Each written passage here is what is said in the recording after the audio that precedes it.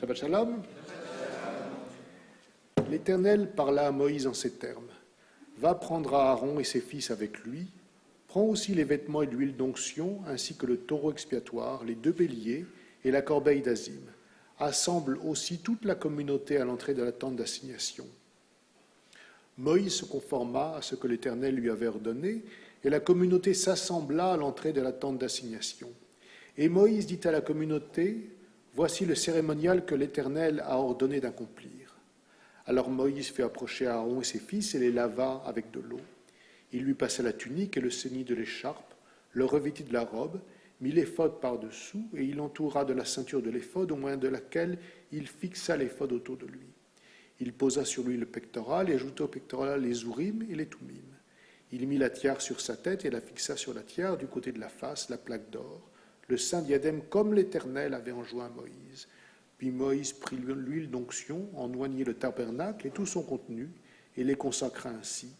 En aspergeant 7 fois l'autel, oignit ensuite l'autel et tous ses ustensiles, la cuve et son support pour les consacrer. Et il versa de cette huile d'onction sur la tête d'Aaron, et l'éloignit pour le consacrer. Puis Moïse fit approcher les fils d'Aaron, les revêtit de tuniques, les ceignit d'écharpes et les coiffa de turbans, comme l'Éternel l'avait enjoint à Moïse. Alors il fait avancer le taureau expiatoire sur laquelle duquel Aaron et ses fils appuyèrent leurs mains.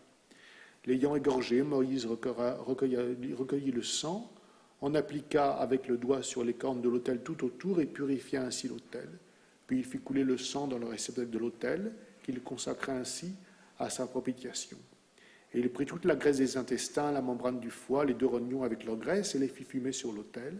Pour le taureau même, sa peau, sa chair et sa fiente, il les consomma par le feu hors du camp, comme l'Éternel l'avait prescrit à Moïse. Puis il fit approcher le bélier destiné à l'Holocauste. Aaron et son fils appuyèrent leurs mains sur la tête de ce bélier. Après l'avoir égorgé, Moïse arrosa de son sang le tour de l'autel, dépeça le bélier par quartier, et réduisit en fumée la tête, les membres et les graisses, les intestins et les jambes, il les lava dans l'eau, et fit fumer tout le bélier sur l'autel. Ce fut un holocauste d'odeur agréable, une combustion, en l'honneur de l'Éternel, selon ce que l'Éternel avait prescrit à Moïse.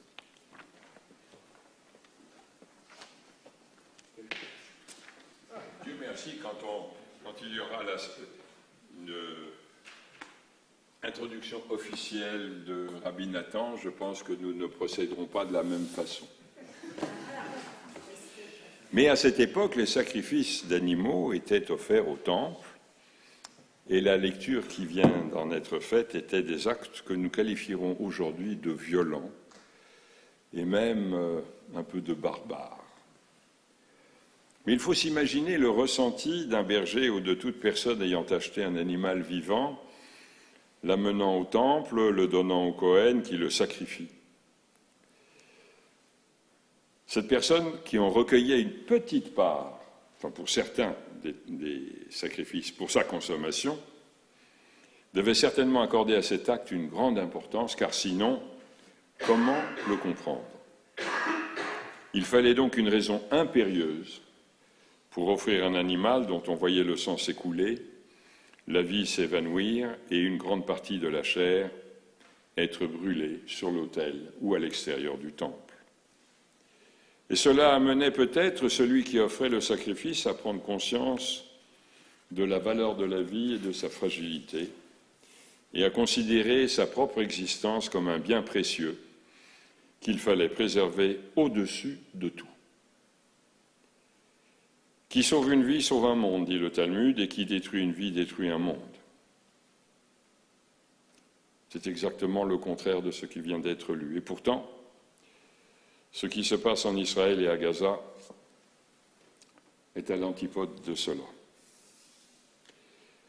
Je reprendrai les paroles de ma collègue, le rabbin Angela Buchwald de Central Synagogue à New York, qui disait « Nous ne pouvons pas oublier l'épouvantable pogrom auxquels se sont livrés les terroristes et nous ne pouvons pas ignorer la douleur de notre peuple, et en particulier les otages. Mais nous avons le devoir de garder nos cœurs ouverts à l'écoute de la souffrance des autres. » Dur équilibre que cela. Face à la barbarie et à l'inhumanité de ce qui s'est passé le 7 octobre, nous devrions faire contrairement à ce que certains font, un effort supplémentaire pour être encore plus humain que nous ne le sommes habituellement. Alors pourquoi ne pas profiter de ce Shabbat pour développer en nous les qualités d'humanité, d'écoute, d'empathie et surtout de pleine conscience de notre humanité partagée. Envers un gouvernement démocratiquement élu, même s'il ne représente pas, pour certains, leur idéal politique, nous ne pouvons rien. Nous sommes ici, nos sœurs et nos frères israéliens sont là-bas et portent tout le fardeau. La seule chose que nous pouvons faire est d'être à leur écoute, tendre l'oreille et notre cœur à ce qu'ils ont peut-être à nous dire. Il nous faut aussi savoir répondre à ceux qui attaquent Israël et surtout à ceux qui expriment des sentiments anti-juifs. C'est volontairement que j'utilise ce terme, parce qu'il englobe aussi bien eux, les Israéliens juifs, que nous, les Juifs de la diaspora.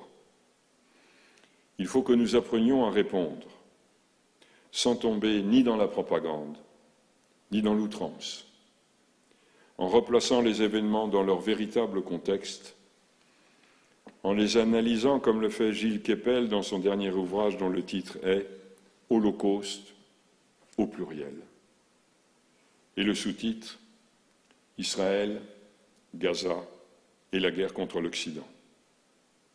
Et comme le font les intellectuels qui considèrent que ce qui se passe est non seulement une guerre entre Israël et le Hamas, mais aussi un affrontement qui a ses sources dans la tradition religieuse de l'islam et dans la nôtre, et qui nous met en garde, nous, Juifs, de nous prémunir de l'aveuglement messianique qui guise certains Israéliens, et nous, Occidentaux, de réaliser le danger qui nous guette.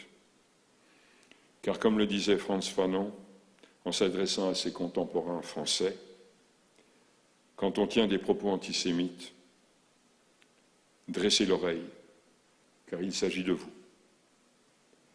J'aurais préféré vous parler des sacrifices, de la vache rousse dont il est question dans les lectures de la Torah de cette semaine, mais ce qui s'est passé mercredi soir au Guil et ce qui se passe depuis le 7 octobre m'a amené à vous parler ainsi. En dépit de la pesanteur du temps présent, essayez de faire le maximum pour que ce Shabbat soit un moment de sérénité. Shabbat Shalom.